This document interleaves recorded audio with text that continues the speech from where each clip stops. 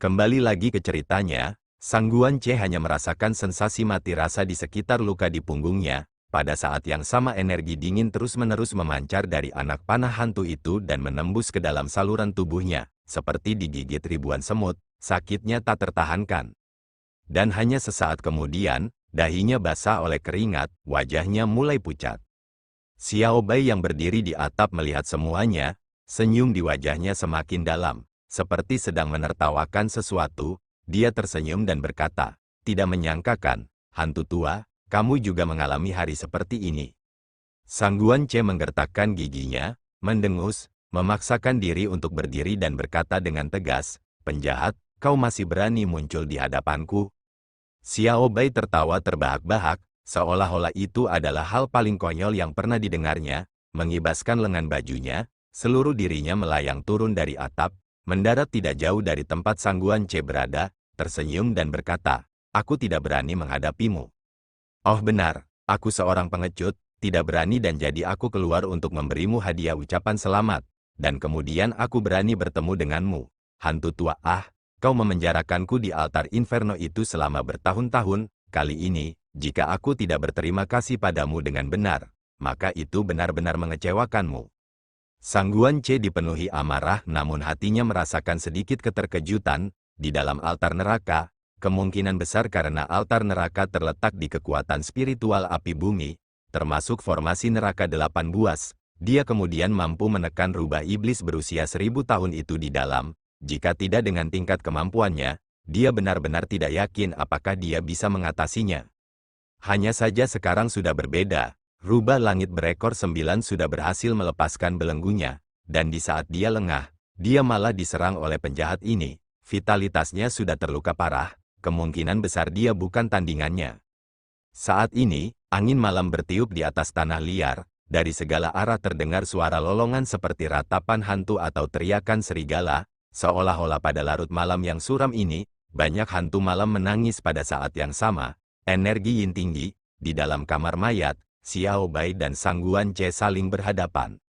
Walaupun Sang Guanche sudah terluka namun Xiao Bai nampaknya tidak mempunyai niat untuk menyerang segera. Sebaliknya, dia nampaknya hanya berminat menilai Sang Guanche, bagaikan seekor kucing yang menangkap seekor tikus, ejekan di wajahnya.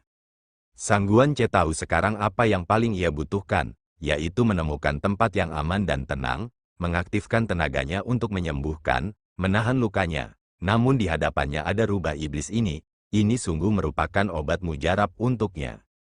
Dalam kemarahannya, Sang Guanche berkata dengan penuh kebencian, "Karena kau bersikeras untuk datang dan bertarung denganku, mengapa kau masih tidak bergerak, hanya berdiri di sana saja, apa niatmu?" Xiao Bai tersenyum dan berkata, "Tidak apa-apa, tidak masalah jika aku memberitahumu. Aku tidak seperti manusia seperti kalian, yang selalu mengeluh bahwa umur kalian pendek. Bagiku, aku punya begitu banyak waktu sehingga aku tidak tahu bagaimana cara menghabiskannya. Jadi, aku berdiri di sini, meluangkan waktu untuk memperhatikanmu. Pokoknya, aku punya banyak kesabaran." Sang Guanche mendengarnya, hampir menyemburkan uap dari 7 lubangnya. Penjahat ini jelas sedang menghalanginya, tahu betul bahwa dia terluka parah namun tidak mau memberinya kesempatan untuk sembuh, dan seiring berjalannya waktu, dia sudah sewajarnya akan kehilangan nyawanya. Tanpa menunggu rubah langit ekor 9 bergerak, kemungkinan besar dia akan jatuh terlebih dahulu. Namun, meskipun Sang Guanche mengetahuinya, tetapi terhadap gerakan licik Xiao Bai ini, dia benar-benar tidak berdaya. Untuk bergerak, dia sendiri terluka, pihak lain sangat terampil, kemungkinan besar sulit untuk menang. Jika tidak bergerak, cederanya akan semakin parah dan pasti akan menyebabkan kematian. Sepertinya tidak ada pilihan lain selain melarikan diri. Hanya saja Xiao Bai dengan matanya yang menawan, dengan tenang memperhatikan Sang Guanche dengan saksama, bahkan dia sendiri tidak begitu yakin apakah dia bisa lepas darinya.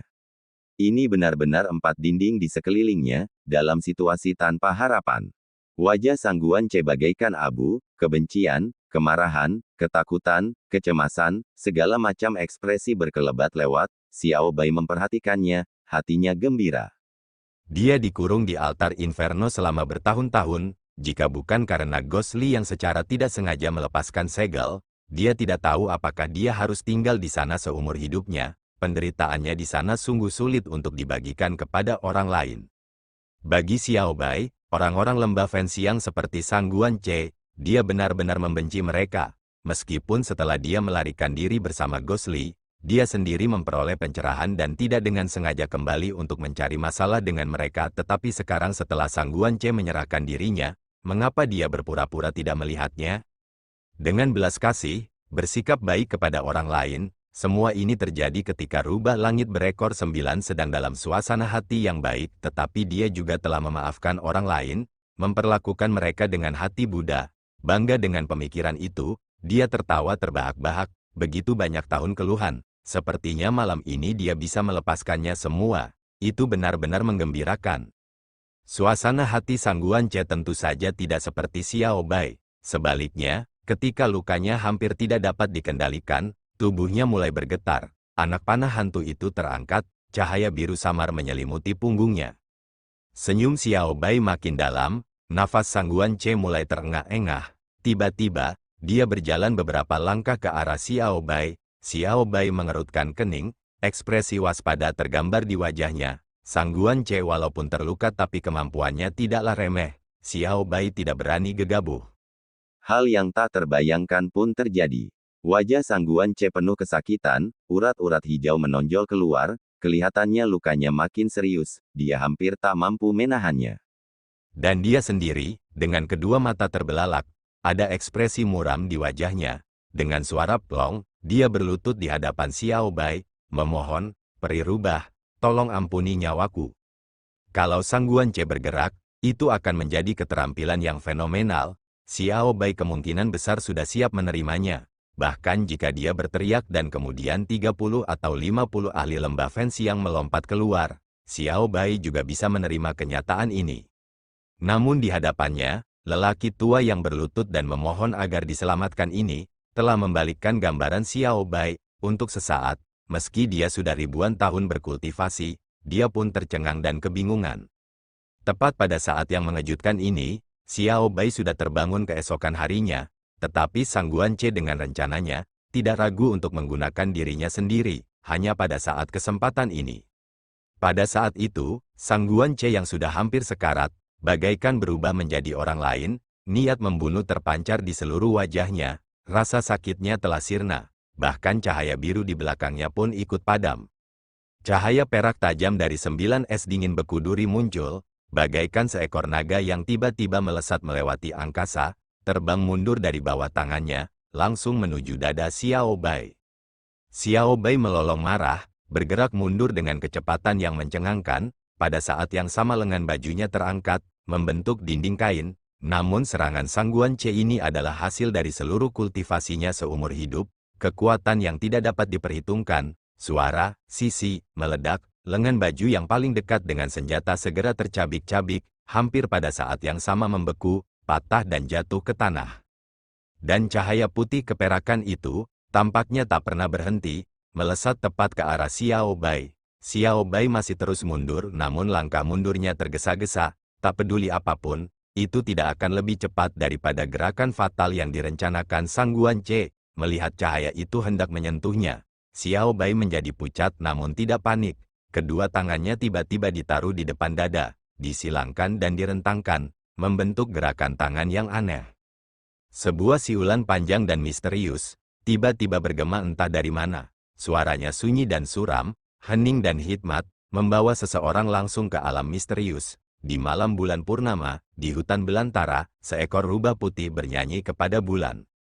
Detik berikutnya, 9 duri es dingin meledak dengan cahaya yang menusuk, lembaran cahaya perak berkelebat, menyelubungi Xiao Bai di dalamnya. Sang Guanche berhasil melakukan serangan balik, tetapi tidak ada kesombongan di wajahnya, sebaliknya dia menggertakkan giginya, tampak sangat tidak senang. Namun, bagaimanapun juga dia bukanlah orang biasa. Setelah dia mendapatkan kembali keuntungannya, tanpa ragu-ragu, dia langsung terbang mundur, hanya beberapa kali melompat, sosoknya yang kelabu telah menghilang ke dalam hutan belantara yang luas di luar kamar mayat. Cahaya perak itu perlahan surut, ada noda darah samar di tanah, namun Xiao Bai sudah pergi. Di udara, teriakan rubah misterius itu masih terdengar. Setelah sekian lama, Teriakan itu menghilang dengan tenang. Sebaliknya, seolah muncul entah dari mana, sosok ramping Xiao Bai muncul lagi di udara, turun perlahan. Dia menunduk, melihat noda darah di tanah, giginya yang putih menggigit bibirnya, wajahnya sangat marah. Dengan sesaat terkejut, dia tidak menyangka Sang Guanche masih hidup, rela menempatkan dirinya dalam keadaan yang menyedihkan. Memikirkan taktik seperti itu, dia malah menderita serangan mendadaknya dan hampir kehilangan nyawanya. Namun untunglah dia bukan orang biasa, dia adalah rubah langit berekor 9. Dengan 9 ekor, sesuatu yang tidak dapat diramalkan. Angin malam terasa dingin, bertiup dari jauh, menyapu, sungguh sedikit dingin. Xiao Bai berdiri di halaman, memfokuskan dirinya, dan kemudian perlahan berbalik, menatap rumah yang gelap itu. Dia perlahan-lahan masuk, di kamar mayat, keadaan masih sunyi dan gelap, seolah-olah pertempuran yang mendebarkan itu tidak pernah terjadi. Dia berdiri di pintu masuk, di bawah cahaya bintang yang redup. Sosoknya tampak seperti perlahan mulai melayang, tampak aneh. Tetapi meskipun Xiao Bai tidak akan takut seperti orang normal, dia bagaimanapun juga adalah leluhur tua dari semua hantu iblis ini, bisa dikatakan berperan sebagai iblis. Jika benar-benar ada hantu sungguhan, kemungkinan besar tidak akan menang melawannya, bahkan tidak tahu siapa yang akan melarikan diri. Saat ini, mata Xiao Bai yang jernih dan cerah menyapu rumah yang gelap ini, melirik beberapa peti mati dengan lebih saksama, ekspresi bingung melintas di wajahnya. Namun hingga akhir, perhatiannya masih tertuju pada peti mati yang berdiri di sudut terpencil itu. Kembalilah, aku tahu kamu ada di dalam. Xiao Bai tidak berjalan mendekat, hanya berdiri di sana, dan berkata dengan acuh tak acuh. Tak seorang pun menjawab, yang ada hanyalah keheningan. Sang dukun setan yang bersembunyi di dalam namun tak dapat bergerak, tak tahu emosi apa yang tengah diliputinya, rencana yang dikiranya dapat mengelabui dunia, bersembunyi di dalam sebuah peti jenazah, tak menyangka akan ditemukan terlebih dahulu oleh Sang Guanche lalu Xiao Bai, bahkan di dalam peti jenazah tersebut, masih ada seorang manusia hidup yang masuk terlebih dahulu, dan ia sama sekali tak mendeteksi hal itu. Menebak emosi itu pasti sangat buruk. Xiao Bai mengernyit sedikit, melangkah maju namun kemudian berhenti, melirik lagi ke sekelilingnya, ekspresi bingung di matanya semakin dalam, seolah-olah jauh di dalam kegelapan ini, ada sesuatu yang membuatnya entah mengapa takut, ragu-ragu. Dia terdiam sejenak, lalu berkata lagi, aku tahu identitasmu, hari itu di gua penakluk iblis, kukira kau juga pernah melihatku. Kalau begitu, kita tidak punya perseteruan, aku hanya punya satu masalah, ingin meminta saranmu. Suaranya bergema pelan di dalam rumah ini, angin yin di luar masih bertiup, lubang besar di tembok yang dirobohkan Sang Guanche, membiarkan masuknya sebagian besar angin dingin. Setelah sekian lama, terdengarlah suara sang dukun setan dari dalam peti itu, benar sekali, aku mengingatmu, apa yang ingin kau tanyakan kepadaku? Xiao Bai mengangkat alisnya, menatap peti mati itu, dan berkata, jangan bilang kau tidak bisa keluar dan bicara. Setan dukun itu menahan napas, lalu berkata perlahan, aku suka seperti ini saja, kalau ada kata-kata, cepat katakan. Xiao Bai mendengus dan berkata, baiklah, kalau begitu aku tidak akan membuang waktu.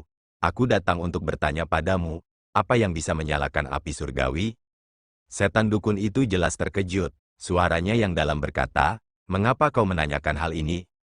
Xiao Bai berkata dengan acuh tak acuh, hari itu tuanmu berjanji kepadaku, pada akhirnya dia meninggal tanpa menepatinya. Setelah bersusah payah, aku akhirnya tahu bahwa sebenarnya kaulah ikan yang lolos dari jaring, jadi aku datang untuk mencari tahu lebih banyak. Setan dukun itu mendengus, dia bukan tuanku, hanya wanita dukun yang tuanku. Xiao Bai membalas, lalu apa saja hal-hal yang telah kau lakukan selama bertahun-tahun ini? Sang dukun setan terdiam dan berkata, apa yang kulakukan, bukan untuk dimengerti dunia. Xiao Bai entah kenapa jadi tidak sabaran. Katanya, lupakan saja, logikamu itu, aku tidak mau repot-repot untuk mengerti, dan juga tidak mau repot-repot. Aku hanya ingin tahu apa yang ingin kukatakan, kau bersedia mengatakannya atau tidak? Sang dukun setan terdiam lagi, setelah sekian lama berkata, 5 suku di perbatasan selatan adalah keturunan suku dukun, ini pasti sudah kau ketahui kan? Xiao Bai mengerutkan kening dan berkata, lalu, setan dukun itu berkata dengan acuh tak acuh, Rahasia suku dukun, tentu saja akan diwariskan kepada keturunan suku dukun. Kata-kataku hanya sampai di sini, jangan tanya lagi. Xiao Bai mengulang kata-kata dukun iblis itu beberapa kali di dalam hatinya, namun raut wajahnya tidak berubah, hanya mendengus dan berkata, berperan sebagai iblis. Setelah berkata demikian, seakan telah bulat hatinya, ia pun berjalan ke arah peti jenazah itu. Rumahnya tidak begitu besar, beberapa peti jenazah tergeletak tak beraturan. Dengan beberapa langkah saja ia akan sampai ke salah satunya, dan 2 langkah lagi ia akan sampai di tempat dukun setan itu berbaring. Di dalam kegelapan, seolah ada sesuatu yang menatap sosok Xiao Bai. Xiao Bai tidak berekspresi apa-apa, tampak hendak terus maju, namun saat kakinya melangkah, tubuhnya tiba-tiba berubah. Dari langkah santai awalnya tiba-tiba berubah menjadi seperti kelinci yang berlari kencang, tangan kanannya tiba-tiba terentang, kelima jarinya yang ramping, memegang erat peti mati besar di sampingnya. Terdengar suara keras, peti jenazah raksasa yang ukurannya hampir 2 kali lipat ukuran Xiao Bai, tertahan hanya dengan kelima jari Xiao Bai. Dan yang terjadi selanjutnya lebih membingungkan lagi, Xiao Bai langsung melayang keluar, dan peti mati pun ikut bersamanya. Peti mati besar di udara mengeluarkan suara yang dalam, bergema pelan, bayangan besar menyelimuti tubuh ramping Xiao Bai, tampak sangat aneh. Bahkan iblis dukun di dalam, tercengang oleh tindakan Xiao Bai. Dan kegelapan di dalam rumah itu, tampaknya terusik oleh tindakan Xiao Bai. Dalam gerakan udara yang intens, suara-suara, sisi, yang menyeramkan terdengar. Xiao Bai mendarat di pelataran, tanpa ragu-ragu, berkonsentrasi penuh, cahaya putih samar terlihat di jari-jarinya, lengan kanannya segera diayunkan, peti jenazah besar itu seperti ditarik oleh suatu kekuatan besar, menghantam batu di tanah. Suara yang memekakkan telinga itu seketika terasa sudah dekat, debu tebal yang menyesakkan segera beterbangan, seluruh peti jenazah besar itu hancur berkeping-keping, serpihan dan pecahan berhamburan kemana-mana. Xiao Bai sudah bersembunyi di samping, tentu saja dia tidak peduli dengan serpihan-serpihan itu. Tetapi debu-debu kotor itu adalah sesuatu yang tidak bisa dia tahan, dan di balik debu-debu tebal itu, tiba-tiba, batuk-batuk yang keras terdengar, sesosok tubuh terhuyung-huyung keluar, pakaiannya compang camping, penuh debu, sangat menyesal.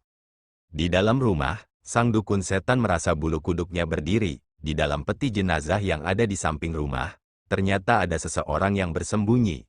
Sesaat sang dukun setan merasa keadaan di sekelilingnya sungguh angker, seperti ada tempat yang mencurigakan juga. Dan tanpa sengaja ia menunduk, ia melihat lelaki gendut itu bersamanya, ada ejekan di matanya, di saat yang sama juga ada rasa yakin yang kuat. Di pelataran, debu perlahan mengendap, orang yang tersandung keluar merangkak ke samping, menghirup udara segar dengan mulut penuh banyak.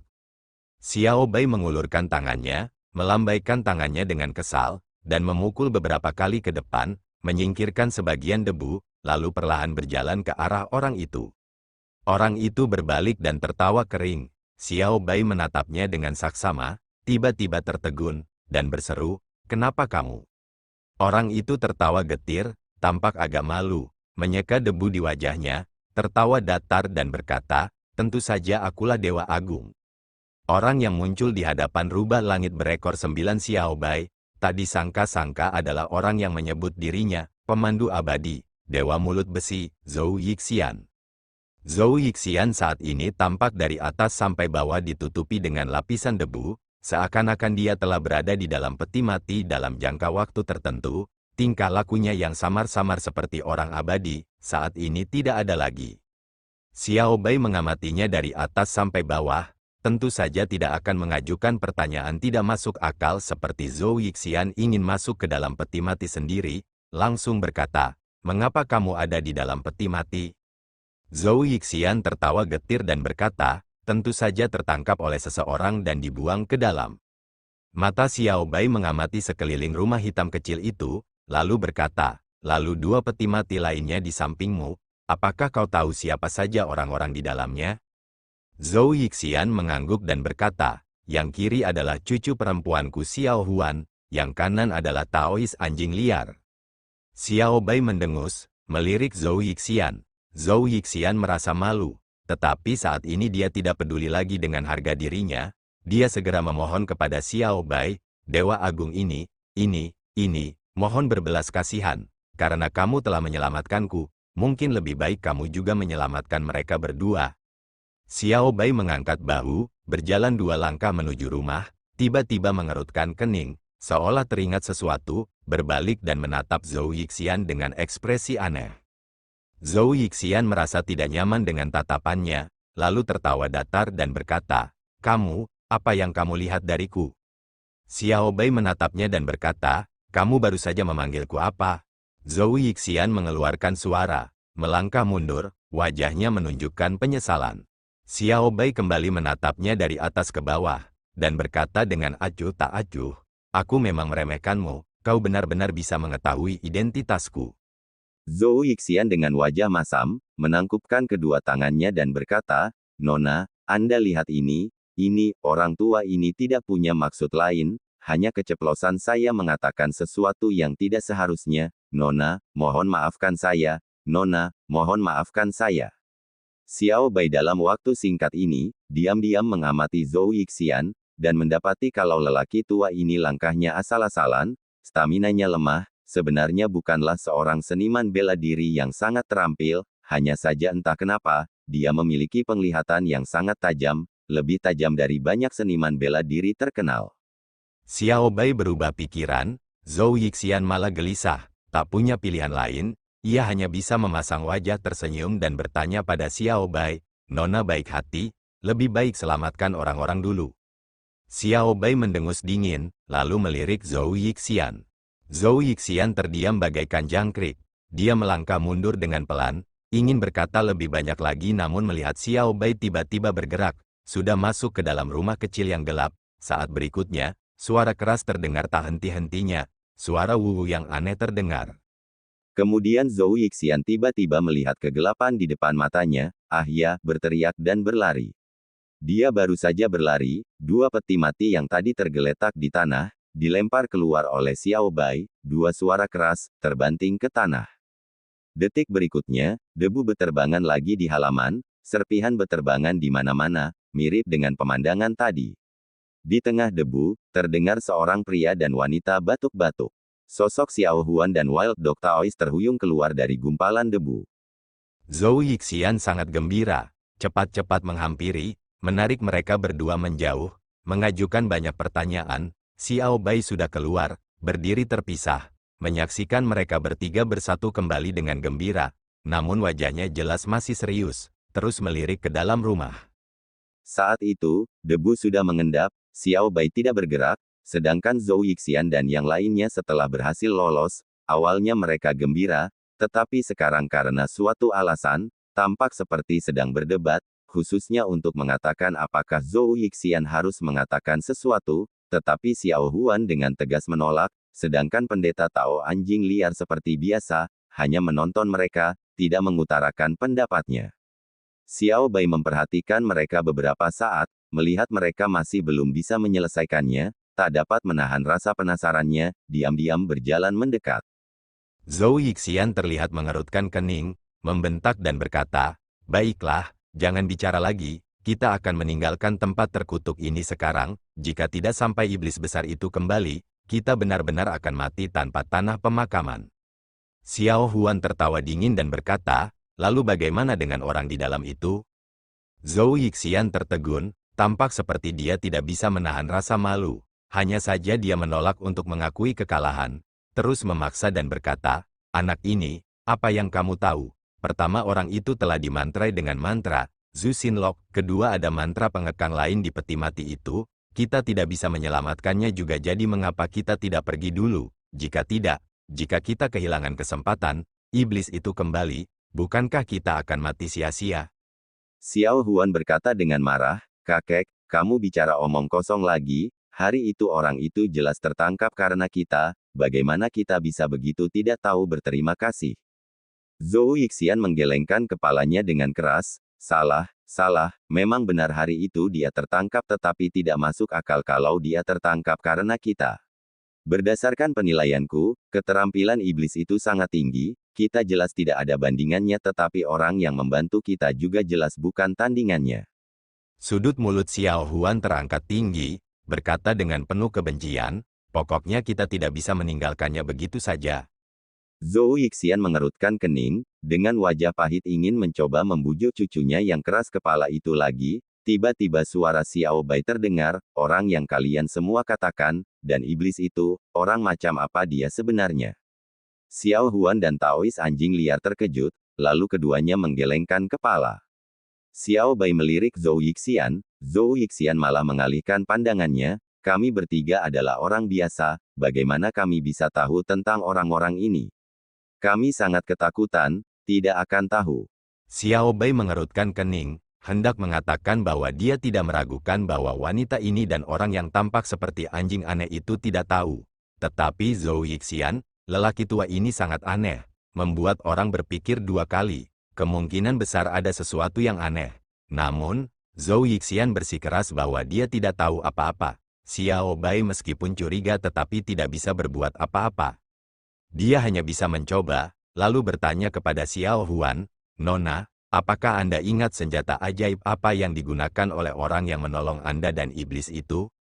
Xiao Huan saat pertama kali melihat Xiao Bai, merasa terharu, dia juga dianggap cantik namun di hadapan Xiao Bai kecantikannya tak tertandingi, memikat dunia, terutama penampilannya yang lembut namun entah mengapa ada pesona yang tak terucapkan samar-samar di sekitar matanya, sikap dewasa dan anggun seperti ini, adalah sesuatu yang tidak akan pernah bisa dibandingkan dengan Xiao Huan.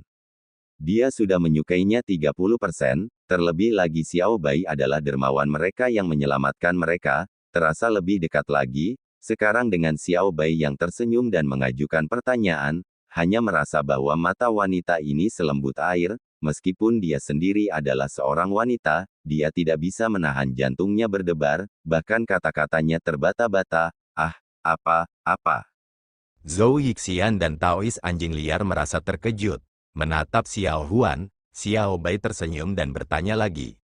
Xiao Huan menenangkan dirinya, menegur dirinya sendiri dalam hati lalu menunduk dan berkata, yang kutahu adalah, orang yang menolong kita, kemampuannya sangat hebat, dia menggunakan senjata pedang surgawi, panjangnya sekitar 3 ci, warnanya kuning cerah, saat dia mengayunkannya, kekuatannya sungguh dahsyat, bagaikan api merah.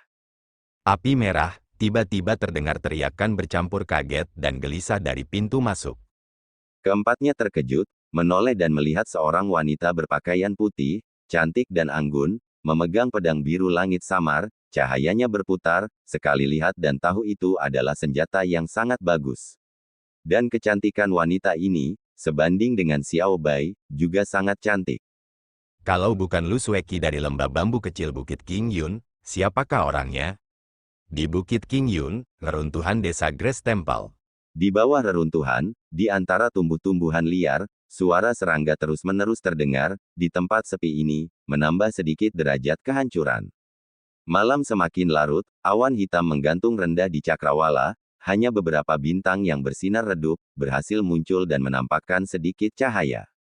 Di suatu sudut desa, sebuah tembok yang sebagian besarnya telah runtuh, Ghost Li duduk diam di tanah dengan punggung bersandar di tembok itu, di sampingnya, Xiao Hui berbaring di tanah, dengan paha Ghost Li sebagai bantalnya, keempat anggota tubuhnya terjulur keluar, tertidur dan mendengkur keras. Ghost Li tidak tidur, matanya masih terbuka, diam-diam memperhatikan setiap rumput dan pohon di sekitarnya, setiap jengkal tanah, setiap bagian reruntuhan. Itulah kampung halamannya, tempat di mana ia menghabiskan masa awal hidupnya, hanya saja seiring berjalannya waktu, semua itu akhirnya berubah menjadi kenangan, yang meninggalkan puing-puing, yang membuat orang mendesah. Ghost Li memperhatikan sekelilingnya, lalu perlahan mengangkat kepalanya dan menatap cakrawala. Langit malam menggantung rendah, di atas cakrawala, tidak tahu apakah benar-benar ada dewa dan makhluk surgawi, setan dan Buddha, siapakah yang akan mendengarkan keinginan hati manusia yang terdalam. Mulut Xiao Hui berkedut, mengeluarkan suara, membalikkan badan, membenturkan kepalanya ke paha Ghost Li beberapa kali, lalu melanjutkan tidurnya lagi. Ghost Li mengalihkan pandangannya ke arah Xiao Hui, mengulurkan tangannya dan membelai lembut bulu kepalanya, bulu monyet itu lembut dan hangat. Senyum mengembang di bibirnya, hangat dan polos, bagaikan pemuda tempo dulu, di desa ini, berteriak lantang, berlari sekuat tenaga. Malam itu mendesah, seseorang seakan berbisik, rerumputan dan pohon bergoyang tertiup angin, angin membawa harum rerumputan.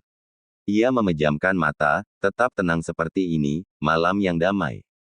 Tiba-tiba, monyet itu terbangun, 3 matanya tiba-tiba terbuka, kepalanya juga terangkat sedikit dari kaki Ghostly, seolah-olah mendengarkan sesuatu.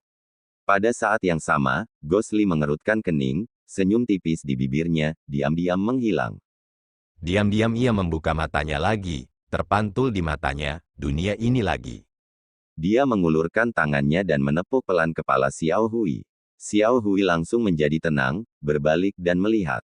Dia tidak kembali tidur. Dia merangkak, menggaruk kepalanya, lalu melompat ke bahu Ghostly, terus mengintip ke sekeliling. Ghostly masih duduk di sudut, di hadapannya, sebuah dinding rusak menghalangi tubuhnya, dan melalui celah dinding itu, dia bisa melihat keluar. Di tempat sepi seperti ini, bahkan tak seorang pun datang di siang hari, di malam yang gelap dan berangin ini, apakah masih akan ada kejadian mengejutkan? Bau aneh, seakan muncul dari udara tipis, tiba-tiba turun ke tempat terlantar ini. Ghostly merasakan sesuatu, mengerutkan kening lebih dalam. Angin berubah dingin, seperti angin yin dari 9 dunia bawah yang konon katanya, dingin dan menusuk, hanya saja dinginnya tidak hanya terasa di kulit, tetapi juga menusuk ke dalam hati. Di tengah angin dingin yang aneh ini, sesosok gelap turun dari langit, diam-diam ke reruntuhan desa ini. Di kejauhan, melalui celah itu, Ghostly memperhatikan sosok itu dengan tenang. Tetapi keterkejutannya cukup besar. Orang yang tidak dikenal ini, kekuatan jahat yang dimilikinya adalah sesuatu yang belum pernah dilihatnya. Bahkan dengan jarak sejauh ini, saat sosok hitam itu mendarat, dia bisa merasakan sedikit gejolak di seluruh saluran tubuhnya. Tetapi, seorang guru seperti itu, mengapa dia datang ke tempat sepi ini di tengah malam? Ghostly merenung tetapi tidak dapat memikirkan alasannya, hanya dapat memperhatikan orang ini. Tak lama kemudian, ia menyadari sesuatu yang aneh, warna gelap dari sosok itu, bukan karena orang itu mengenakan pakaian hitam, melainkan seluruh tubuhnya diselimuti oleh energi hitam aneh, yang terus-menerus bergejolak dan menutupi wajahnya. Ghostly merasa semakin bingung, memperhatikan orang ini dengan lebih saksama. Namun, orang ini setelah mendarat, tidak bergerak, berdiri di sana dengan aneh dan tidak bergerak untuk waktu yang lama. Tepat ketika Ghostly merasa bingung, sosok gelap itu tiba-tiba bergerak, lalu perlahan melangkah maju. Ghostly mengerutkan kening, menatap sosok itu dengan dingin. Sosok itu melangkah ke atas rumput, perlahan melewati bagian demi bagian reruntuhan yang rusak, mata Ghostly juga ikut bergerak bersamanya. Sosok gelap itu tampaknya tidak memiliki tujuan khusus, tampak seperti sedang berjalan-jalan. Ghostly, yang tumbuh di desa, tentu saja mengenal lingkungan sekitar dengan baik, tetapi dia tidak dapat mengetahui kemana orang ini pergi. Orang itu tampaknya sedang mencari sesuatu. Setelah beberapa saat, orang itu tampaknya menyadari sesuatu, lalu berhenti. Ghostly terkejut dan melihat ke arah orang itu melihat.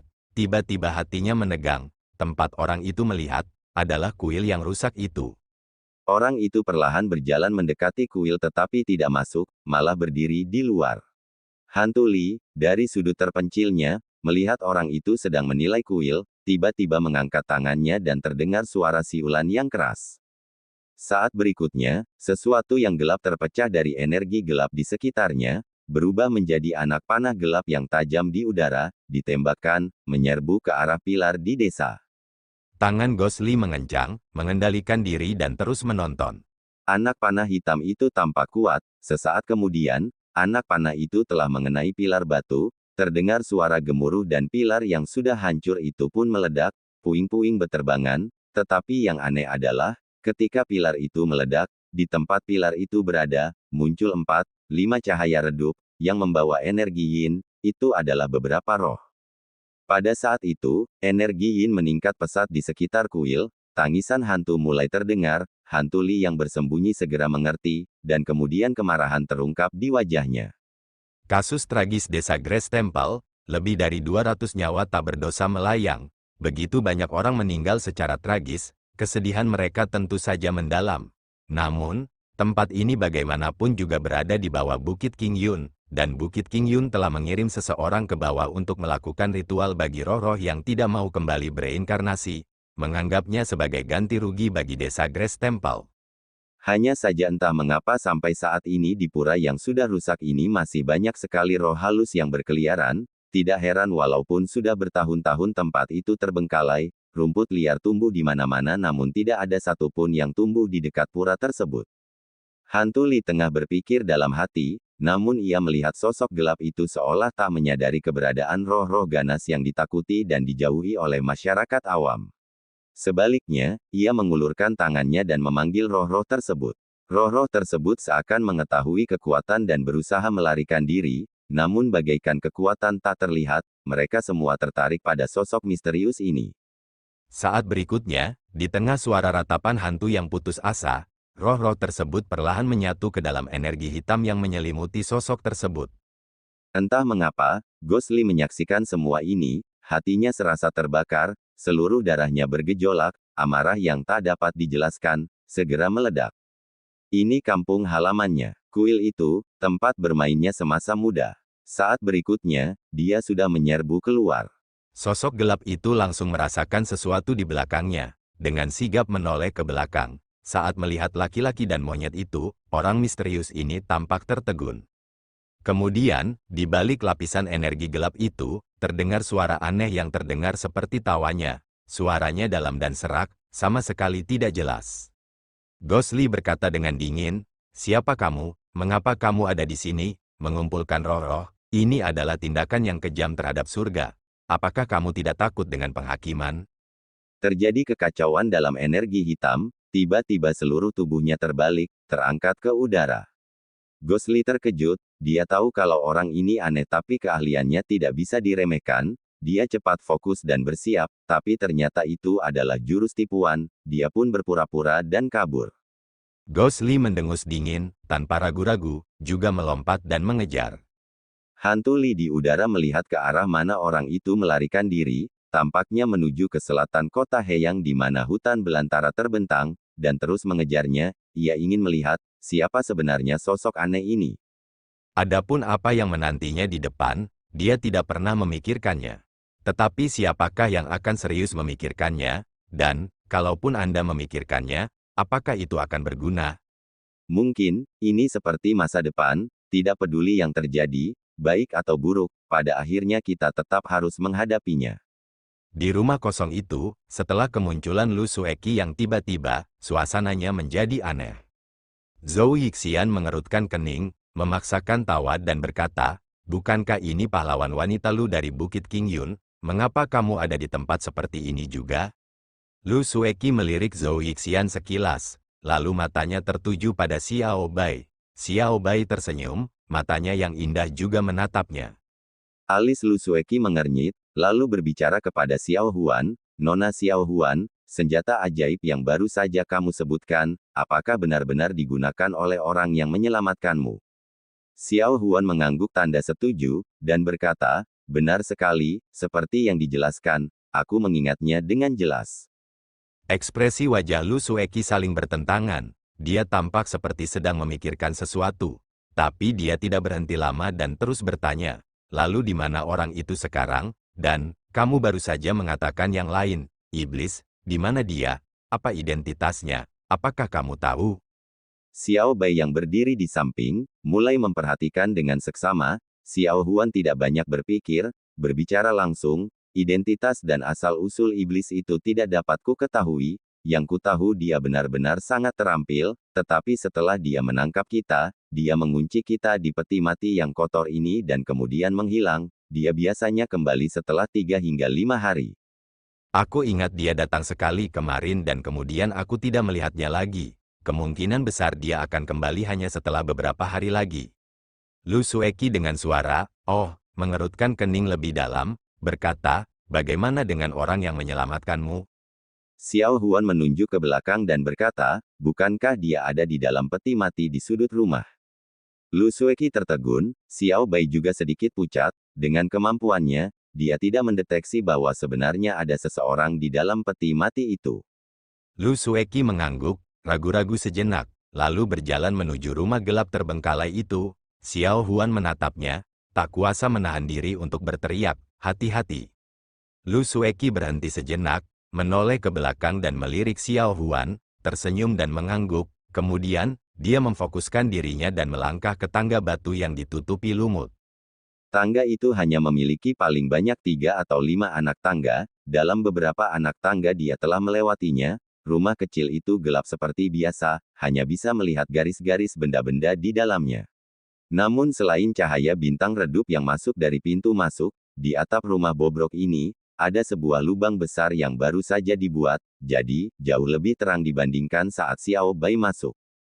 Lu Sueki segera menemukan peti jenazah tergeletak di pojok rumah. Tempat itu juga merupakan tempat yang paling gelap di dalam rumah, jauh dari cahaya, samar-samar dapat dirasakan bahwa di sanalah energi yin paling kuat. Ini juga saat ketika setan dukun memasuki rumah, reaksi pertamanya adalah berjalan ke sini.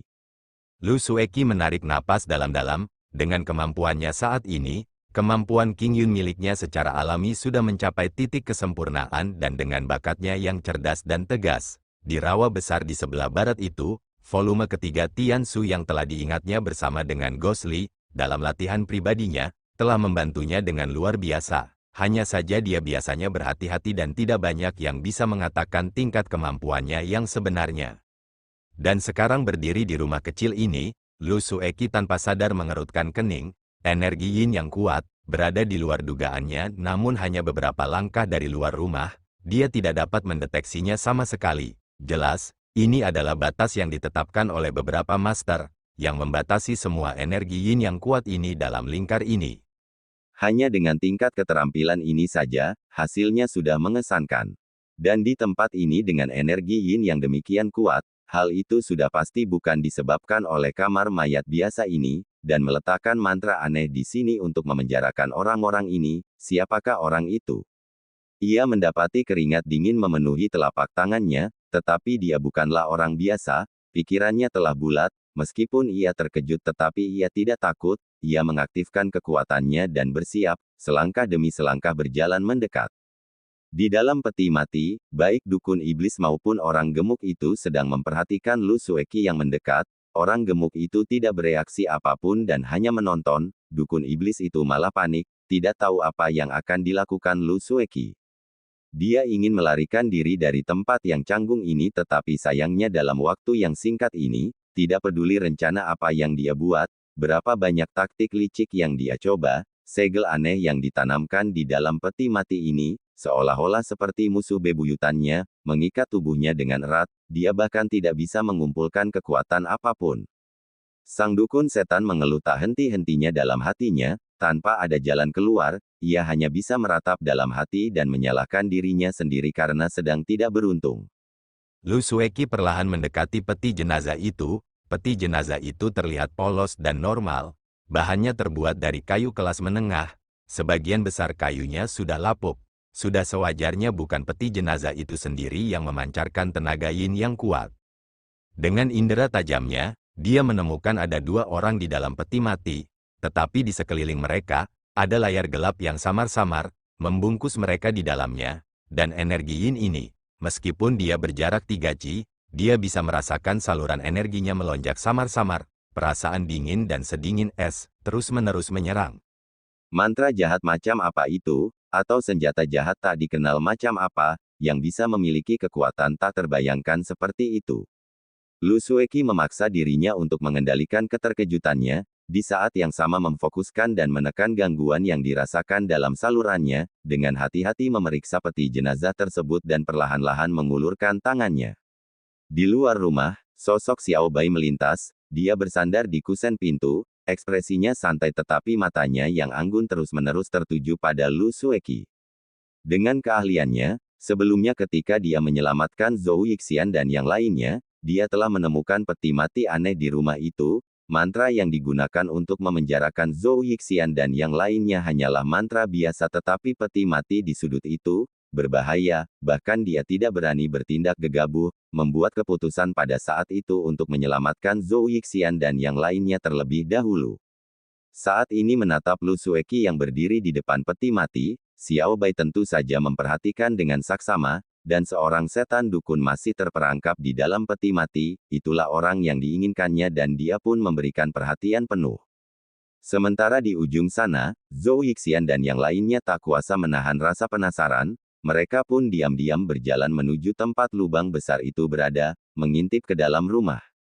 Di dalam dan di luar kamar mayat, keheningan meliputi, suasana berubah menjadi aneh, semua orang terdiam seperti jangkrik, semua memperhatikan Lu Sueki, karena di kejauhan cakrawala, pusaran gelap membubung ke angkasa, dan sesosok tubuh tampak mengejarnya, namun tak seorang pun menyadarinya. Di dalam kegelapan, mengikuti sosok putih itu bergerak pelan, tangan ramping Lu Sueki perlahan menyentuh peti mati itu, dan hampir di saat yang bersamaan, tindakan yang seharusnya berlangsung tanpa suara itu, sebuah suara jernih dan tajam terdengar dari dalam peti mati. Seperti beberapa ranting patah. Ekspresi Lu Sueki berubah, tangannya segera ditarik dan pada saat yang sama, energi gelap muncul dari tempat tangannya berada, suara sisi terdengar tanpa henti, itu adalah tempat yang sama, seperti api hantu tetapi tanpa nyala api, peti mati itu memiliki tanda telapak tangan terbakar yang ukurannya sama dengan Lu Sueki. Setan dukun di dalam peti mati itu menggigil, keterampilan yang dia latih memiliki beberapa kesamaan dengan mantra pengurung ini, meskipun kekuatannya tidak dapat dibandingkan. Tetapi ketika dia melihat api hitam tak berwarna itu langsung menyala dan padam, dia tidak dapat menahan diri untuk tidak terkejut. Konsekuensi dari dibakar oleh api hitam itu, dia kurang lebih dapat membayangkannya, tetapi dia tidak dapat memahami, mengapa pembatasan kejam ini tidak menyerangnya dan malah menyerang Lu Sueki. Ia berpikir keras, dan saat ia tak dapat menemukan jawabannya, tiba-tiba ia merasakan sesuatu, sambil menunduk, ia melihat orang gemuk itu, dengan pembatasan yang dipicu itu, mengalami perubahan aneh. Energi yin yang kental memancar keluar, 100 kali lebih kuat dari energi samar tadi. Segera memenuhi peti mati tempat mereka berada, dan setan dukun itu merasakan suara berdenging keras di kepalanya, seolah-olah seketika semuanya menjadi kosong, energi dingin yang ganas tak terhitung banyaknya seperti ular berbisa menggeliat ke dalam tubuhnya, menggigit seluruh saluran energi tubuhnya dengan penuh kebencian, sangat menyakitkan namun dia tidak dapat berteriak, dalam waktu sesingkat itu, dia merasa hampir seperti di neraka. Dan sumber energi yin ini sebenarnya keluar dari orang gemuk itu. Lu Sueki memperhatikan bekas telapak tangan hitam itu, wajahnya agak pucat, Xiao Bai yang berdiri jauh di belakangnya, juga berdiri tegak, ekspresi serius di wajahnya. Dan pada saat berikutnya, Lu Sueki seperti merasakan sesuatu, tubuhnya bergetar, ekspresinya berubah drastis, tetapi dia tidak mundur maupun menghindar, tanpa ragu sedikit pun, telapak tangannya terbalik, canglang, terdengar suara seperti naga bernyanyi, cahaya redup bersinar, cahaya biru pucat melesat ke segala arah, segera menerangi rumah kecil ini. Tianya keluar dari sarungnya, uap yang membawa berkah mengepul, air musim gugur bagaikan pedang panjang yang memantulkan wajah Lu Sueki yang membeku, pedang itu ringan bagaikan air, di udara bagaikan riak-riak di kolam, berhenti sebentar, tanpa henti menciptakan ilusi pedang di udara, menghantam peti mati itu. Bisa dikatakan ia tertabrak namun tak sampai menghancurkan gunung. Saat pedang itu mendekat, peti jenazah ini seperti memiliki sesuatu yang merasakan dirinya dalam bahaya, terdengar suara berderak samar-samar. Energi gelap tiba-tiba bangkit dari peti mati itu, seperti memiliki suatu bentuk, ia menghentikan pedang itu, wajah Lu Sueki berubah, dengan teriakan keras, ia tiba-tiba melompat, pakaian putihnya berkibar-kibar, bagaikan peri. Di tempatnya berdiri tadi, suara 3 radius Qi tiba-tiba meletus, lingkaran itu terbakar tak dapat dikenali lagi oleh energi gelap tak dikenal. Bau terbakar, meresap ke dalam rumah kecil itu. Lu Sueki di udara, tidak panik, pedang tianya berkilauan dengan cahaya biru, menyapu lingkaran kecil di udara dan menusuk ke bawah. Sekeliling peti mati itu semuanya adalah energi yin yang gelap, bergulung-gulung bagaikan awan, tak seorang pun tahu dari mana datangnya awan-awan ini dan tiba-tiba, dari atas muncul cahaya biru bagaikan listrik, menusuk ke bawah, dan di bawahnya energi gelap itu, seolah-olah sedang dimanipulasi oleh seseorang, berkumpul di tengah dan seperti dinding hitam, terhalang di depan pedang. Saat pedang dan energi gelap hendak bertabrakan, ujung pedang tianya baru saja menyentuh energi gelap, seperti pegas logam, tubuh Lu Sueki seperti bulu, melayang kembali. Dan saat tubuhnya melayang, jari tangan kirinya seperti pisau, cahaya keemasan samar melintas sekali tetapi cahaya hijau tua melesat keluar dari telapak tangannya. Itu adalah jalan Taiji Xuan King dari Sekte King Yun yang paling murni, di sisi tempat energi gelap tipis, menusuk masuk. Energi gelap itu segera bergolak dan mengeluarkan beberapa erangan dalam, seolah-olah ada sesuatu yang retak. Xiao Bai yang berdiri di pintu masuk, tersenyum tipis dan mengangguk. Di sisi lain, Zhou Yixian yang berdiri di belakang Xiao Huan dan pendeta Tao anjing liar, tiba-tiba mengerutkan kening, seolah-olah dia melihat sesuatu yang mencurigakan, keterkejutan terlihat di matanya dan kemudian dia tampak sedang merenung. Lu Sueki secara tak terduga berhasil dalam serangan diam-diamnya, energi gelap itu pun tampak terkejut dan marah, segera berbalik untuk bertahan, menekan kegelapan, seperti lapisan awan gelap yang menyerbu ke arah sosok putih di udara. Sosok Lu Sueki terhenti, angin kencang menerpa wajahnya. Rambutnya menari-nari bersamanya, tanpa ada keraguan sedikit pun. Namun sosok itu seperti tertahan oleh suatu kekuatan besar yang tak terlihat, segera terbang ke atas, suara yang memekakkan telinga, suatu pemandangan yang tampaknya tidak sesuai dengan sosoknya, seluruh atap rumah meledak, serpihan kayu dan pecahan-pecahan berjatuhan, debu dan tanah seperti hujan, hanya sosok putih itu, seperti awan tipis, menyerbu ke langit, di cakrawala cahaya bintang yang redup, tampak lebih surgawi dan tenang. Energi gelap berhasil mengejar setinggi sekitar 1 zang, nampaknya kehabisan tenaga, angin malam melintasi dataran luas bertiup lewat, tak beberapa saat kemudian, membubarkan energi gelap ini. Lu Sueki berhenti sebentar di udara, bersiul jelas, sekali lagi menyerbu ke arah rumah. Saat ini Xiao Bai telah melompat keluar dari pintu masuk itu, menggenggam tangannya di belakang dan berdiri agak jauh, Zhou Yixian dan yang lainnya dalam keadaan menyedihkan, bergegas untuk menghindari kayu patah dan puing-puing yang berjatuhan dari langit. Dan di tengah kekacauan ini, Lu Sueki sekali lagi memasuki rumah itu. Di tengah teriakannya yang nyaring, cahaya biru dalam rumah itu meledak, memancarkan berbagai macam sinar. Sesaat kemudian, terdengar suara gemuruh keras dari dalam rumah, bercampur dengan teriakan kegirangan Lu Sueki. Paman Guru Tian, itu benar-benar kamu. Zhou Yixian dan yang lainnya berdiri agak jauh, setelah memastikan bahwa mereka tidak akan terkena reruntuhan bangunan lagi, mereka lalu berbalik dan melihat, keadaan rumah itu kini sudah mulai sunyi dan tak lama kemudian, cahaya biru yang menyilaukan itu pun menghilang, diikuti oleh seseorang yang berjalan keluar dari pintu masuk. Orang itu bukanlah Lu Sueki, melainkan seorang misterius yang berpakaian serba hitam, bahkan wajahnya pun ditutupi. Zhou Yixian dan yang lainnya tidak mengenali orang ini. Xiao Bai malah mendengus, bergerak tanpa gerakan. Sosoknya tiba-tiba muncul di hadapan sang dukun setan, menghalangi jalan keluarnya.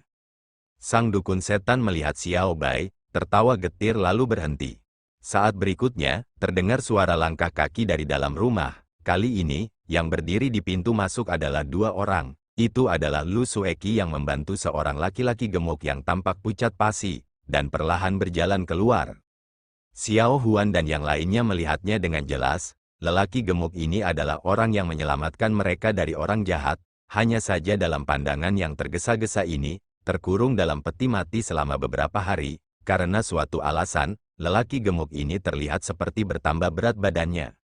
Lu Sueki membantu lelaki gemuk itu duduk di tangga batu, dan bertanya pelan, "Paman Guru Tian, apakah kamu baik-baik saja?" Semua orang mendengarnya dan merasa terkejut. Status Lu Sueki, mereka semua jelas tahu dan mendengar dia berbicara kepada laki-laki gemuk seperti ini. Mungkinkah orang ini juga merupakan anggota Sekte King Yun dan tampak seperti salah satu generasi tua? Pria gemuk ini, sebenarnya adalah pemimpin lembah bambu besar yang secara misterius menghilang bersama kepala Sekte King Yun, pendeta Daksuan beberapa hari yang lalu, Tian Buyi. Tian Buyi melirik Lu Sueki, mengangguk namun tidak berbicara. Lu Sueki yang cerdas, mengerti dan tidak mengatakan apa-apa lagi. Akan tetapi, jantungnya berdebar kencang, perasaan gugup yang awalnya dirasakan, kini tampak semakin kuat. Kalau Tian Buyi ada di sini, orang yang paling penting, di manakah dia sekarang? Mungkinkah dia adalah orang jahat yang disebutkan oleh Xiao Huan? Pikiran ini terlintas di benak Lu Sueki, Entah mengapa punggungnya serasa ditusuk oleh nyeri lemah. Sang dukun setan berdiri di samping, kedua matanya menatap tajam ke arah Tian Buyi. Baru kali ini dia menatap wajah Tian Buyi dengan jelas.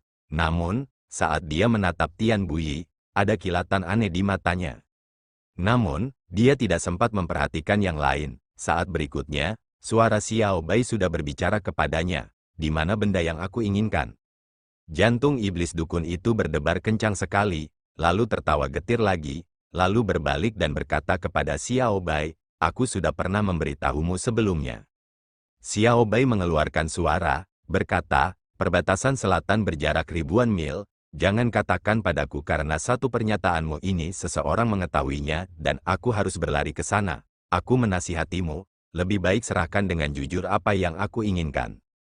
Sang setan dukun terdiam sesaat, topeng menutupi wajahnya. Yang lain tidak dapat melihat ekspresinya tetapi dapat mengetahui bahwa ia tengah memikirkan sesuatu. Xiao Bai merasa tidak sabar, berkata, orang macam apa aku ini, kau juga tahu itu, aku berbeda dari hantu tua lembah Fenxiang itu. Hari itu ketika gurumu ada di sekitar, juga setuju untuk memberikannya kepadaku, kan?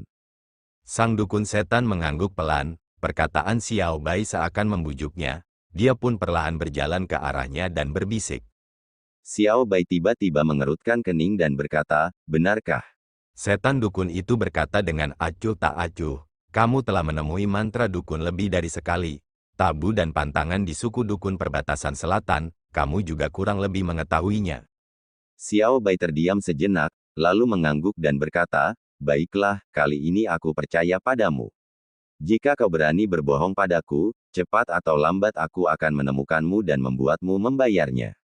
Sang dukun setan tertawa getir dan menggelengkan kepalanya. Xiao Bai kembali menoleh dan menatap yang lain. Akhirnya pada Lu Sueki juga tengah menatapnya. Xiao Bai tersenyum, mata dan bibirnya membawa daya tarik yang tak terlukiskan.